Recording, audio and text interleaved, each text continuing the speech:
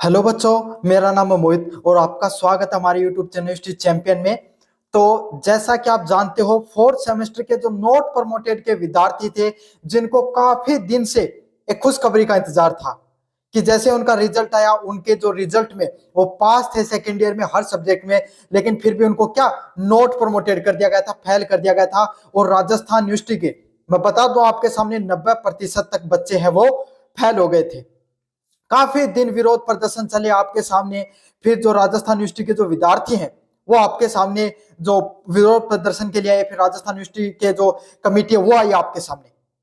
तो काफी बच्चों को इंतजार था कि सर हमें नॉट प्रमोटेड से पास प्रमोटेड किया जाएगा फिर नहीं किया जाएगा।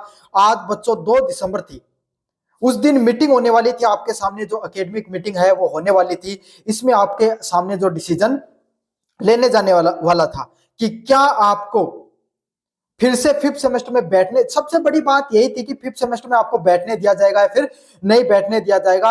तो बच्चों आज फाइनली मैं आपका पूरा अपडेट लेकर आ गया हूं आपके सामने। जो आपकी 2 दिसंबर की जो एकेडमिक मीटिंग थी, 2 दिसंबर की जो एकेडमिक मीटिंग थी, उसमें क्या क्या हुआ, पूरी प्रक्रिया क्या क्या देखने को मिली, उसके बारे में मैं पूरी की पूरी जानकारी आपके सामने लेकर आ गया हूं।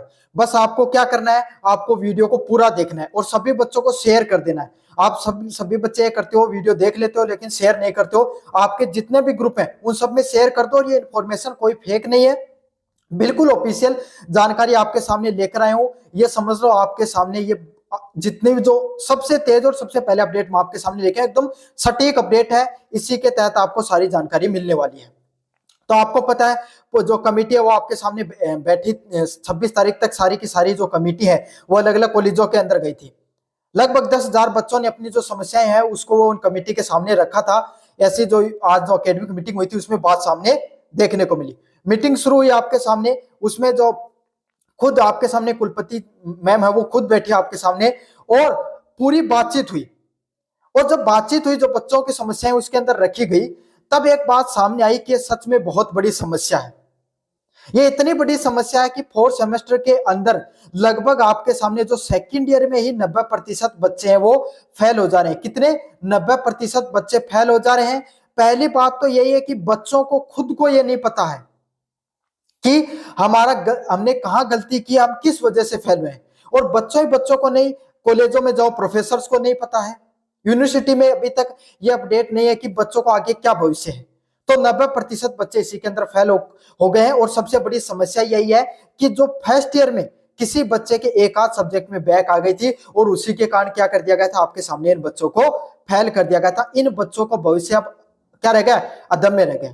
तभी कल्पना जो आपके सामने सभापति मैम है, उन्होंने कहा कि इन बच्चों का सॉल्यूशन किया जाए। और आप कमेटी की टीम पूरी आप गई, आपने क्या क्या वहां से सॉल्यूशन हो सकते हैं, आपने क्या क्या अपडेट वहां से लेकर आए। तो कमेटी ने बात रखी है कि 2 चीज आप कर सकते हैं इन बच्चों के लिए आपके सामने। इन बच्चों को एक तो फिर से मौका दिया जाना चाहिए। भाई जो बच्चे हैं जिनके फर्स्ट सेमेस्टर में बैक रह गई है, इन बच्चों को आप फिर से मौका दो कि फिर से पेपर दें, अपनी बैक को क्लियर करें और अगली साल में जाए। फिर से बातें उठने लगी कि भाई इसमें से भी बहुत से बच्चे फेल हो जाएंगे फिर से बैक में। हो सकता है भाई, क्योंकि पहले ईयरली सिस्टम चलता था, इंसान का दिमाग पहले वाली चीजों के हिसाब से चलता है। तो पहले क्या हुआ करता था, बच्चा फर्स्ट ईयर में पास हो सकता था, सेकेंड ईयर में हो सकता था अपनी बैक को क्लियर, फिर थर्ड ईयर में फिर 2 साल सप्लीमेंट्री के मिलते थे। इस तरीके से कोई बच्चा 5 साल में अपनी कॉलेज पूरी करता था। और अब आपने सेकेंड ईयर में बच्चों को फेल कर दिया। तो इस तरीके से बातें उठने लग गई कि भाई फिर से अपन एक बार मौका तो देंगे, चलो दे देंगे मौका इन बच्चों को, जिसमें तो फिर भी बच्चे फेल हो जाएंगे, उनके भविष्य का क्या होगा।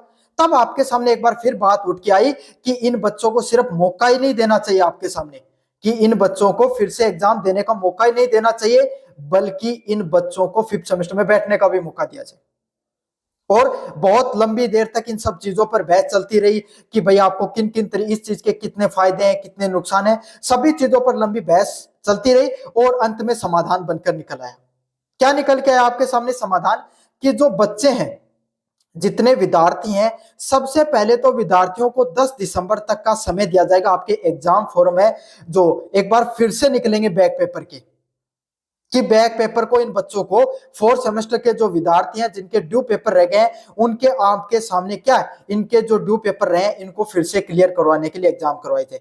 एक तो अपडेट ये है आपके सामने कि आपका 10 दिसंबर तक ड्यू पेपरों के एग्जाम लगने के चांसेस है, फॉर्म निकलने के चांसेस है। दूसरी अपडेट यही है बच्चों, जिसका आपको सबसे ज्यादा इंतजार था कि क्या हमें 5th सेमेस्टर में बैठने दिया जाएगा या फिर नहीं दिया जाएगा। और फाइनली आपकी जो बात है वो सुन ली गई। राजस्थान विश्वविद्यालय के जो कमेटी है उसने अंततः आपके सामने बात कही है कि इन बच्चों को 5th सेमेस्टर में बैठने का मौका दिया जाना चाहिए।